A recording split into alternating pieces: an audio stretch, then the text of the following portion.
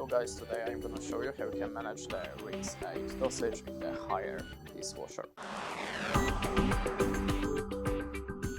In the first step, hold the auto door opening button for 5 seconds to open the settings. Then go to the cutlery button with the arrow to the left and go to the rinse and open it by the plug button.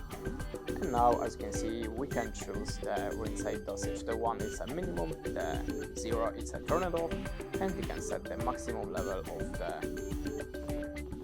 6. So 6 is the highest level of the rinse 8 dosage per your washing cycle.